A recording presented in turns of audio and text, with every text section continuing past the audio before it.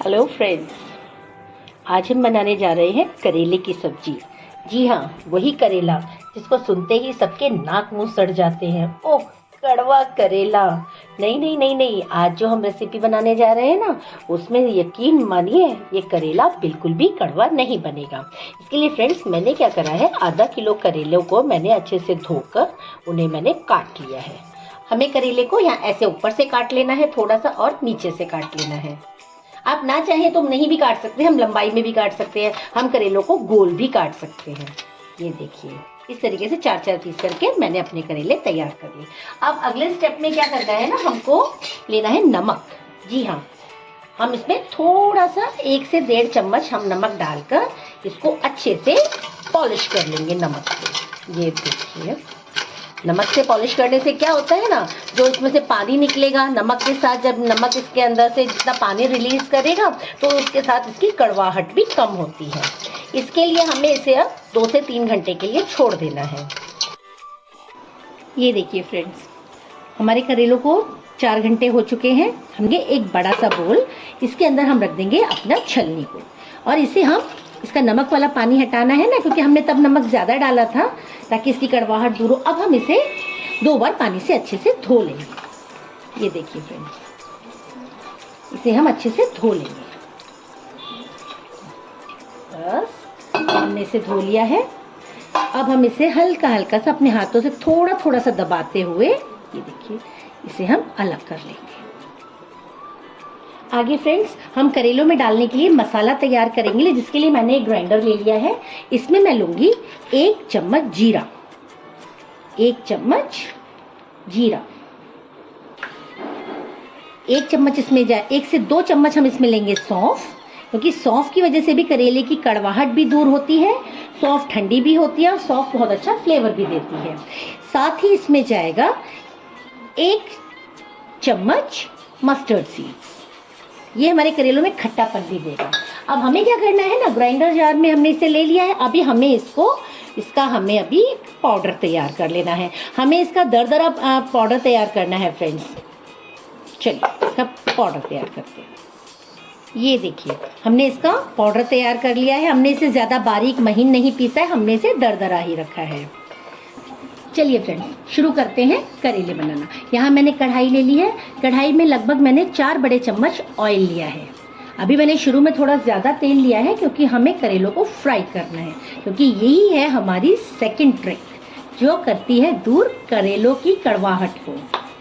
मैंने जिस छलनी में करेलों को धोया था ना, मैंने इसको 10 मिनट के लिए उसी में छोड़ दिया। अब ये मेरे करेले बिल्कुल ड्राई हो चुके हैं। इनके अंदर पानी नहीं होना चाहिए, क्योंकि अब हमें इन्हें फ्राई करना है।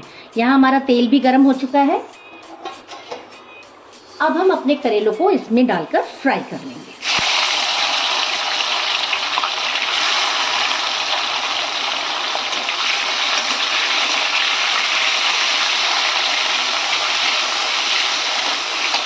इन्हें हम 2 बैच में थोड़ा थोड़ा करके फ्राई करेंगे, एक बार में सारा करेला नहीं डालेंगे। ये देखिए फ्रेंड्स, मैंने दोनों बैच के करेले फ्राई करके बाहर निकाल लिए हैं। अब हमें क्या करना है, इस कढ़ाई में जो हमारे पास तेल है ना, हम इसी कढ़ाई में आगे का प्रोसीजर करेंगे। हम इसमें डालेंगे फ्रेंड्स सबसे पहले थोड़ा सा जीरा। जीरा हमने अपने पाउडर में भी डाला है, लेकिन हम यहाँ पर भी थोड़ा फ्राई के लिए जीरा डालेंगे। फिर हम इसमें डालेंगे स्लाइस्ड अनियन। ये देखिए, मैंने स्लाइस करके अनियन रख लिया था, हमने यहाँ डाल देना है स्लाइस्ड अनियन।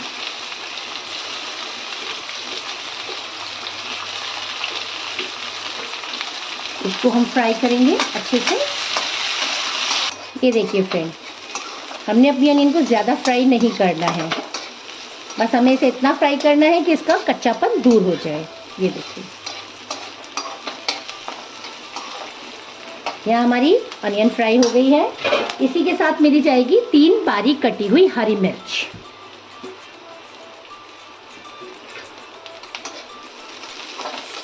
मसालों में फ्रेंड्स सबसे मेन हमको पहले जाएगा हमारा 1 चम्मच हल्दी पाउडर। हमारा इसमें जाएगा 2 से 3 चम्मच हम लेंगे इसमें धनिया पाउडर। ये देखिए, साथ में जाएगा इसके अंदर लाल मिर्च। मैं लाल मिर्च थोड़ी डाल रही हूँ। नमक और मिर्च आप अपने टेस्ट के अकॉर्डिंग डालिए। फ्रेंड्स, इसके अंदर ना हींग का भी बहुत अच्छा फ्लेवर आता है।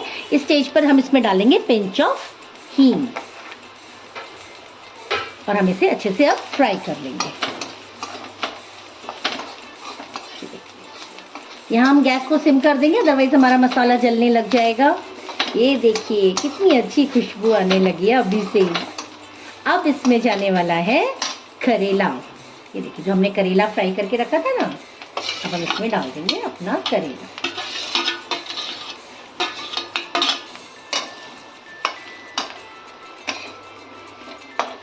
अब इसमें जाने वाला है वो पाउडर जो हमने बनाया था। हमने जीरा, अजवाइन और मस्टर्ड सीड्स का पाउडर बनाया था ना, सरसों दाने का, वो हम इसके अंदर मिला देंगे। मैंने आपको पहले ही बताया था कि सौंफ का फ्लेवर बहुत अच्छा आता है। सौंफ ठंडक भी देती है, साथ में बहुत अच्छी खुशबू भी देती है। अब हम इसमें डालेंगे नमक अकॉर्डिंग टू टेस्ट। हमने याद रखिएगा पहले भी इसमें नमक डाल दिया था जब हमने इसको नमक लगा कर रखा था, तो आप उसके अकॉर्डिंग नमक डालिएगा, ठीक है। नमक डालकर अब इन्हें हम अच्छे से सारे मिला देंगे। इसके बाद हम इसको ढककर 10 से 15 मिनट के लिए पकने देंगे। ये देखिए अच्छा कलर आ रहा है ना। हम इसको 10 से 15 मिनट के लिए ढककर पकने देंगे। लगभग 20 मिनट हो चुके हैं फ्रेंड्स हमारे करेले को पकते हुए। देखते हैं तो कैसा पका है अभी तक। देखिए फ्रेंड्स हमारा करेला कितने अच्छे से पक चुका है। आप देख रहे हैं इसमें कितना प्यारा कलर भी आ गया है। ये देखिए कितना प्यारा कलर आया है। अब हम चेक करते हैं कि हमारा करेला गला है कि नहीं। ये देखिए हम थोड़ा सा करेला लिया, इसे ऐसे काट के, ये देखिए हमारा करेला अच्छे से गल चुका है। इस वक्त हम इसमें डालने वाले हैं अमचूर पाउडर। जी हाँ, 1 चम्मच अमचूर पाउडर। अमचूर पाउडर के साथ ही इसमें जाएगी हमारी लास्ट ट्रिक जो कड़वाहट को भी कम करेगी और टेस्ट को 4 गुना बढ़ा देगी। वो है आम के अचार का मसाला। ये देखिए फ्रेंड्स, ये है हमारे आम के अचार का मसाला। ये देखिए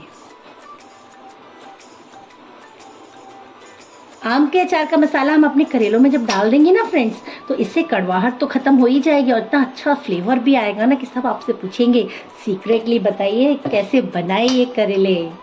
ये देखिए आम के अचार का रखा हुआ मसाला आप इसमें मिला दीजिए, फिर देखिए बच्चे भी इसे अचार की तरह से ही मांग मांग कर खाएंगे। ये आपको तो पता है बच्चों का तो फेवरेट होता है आम का अचार, नींबू का अचार, है ना।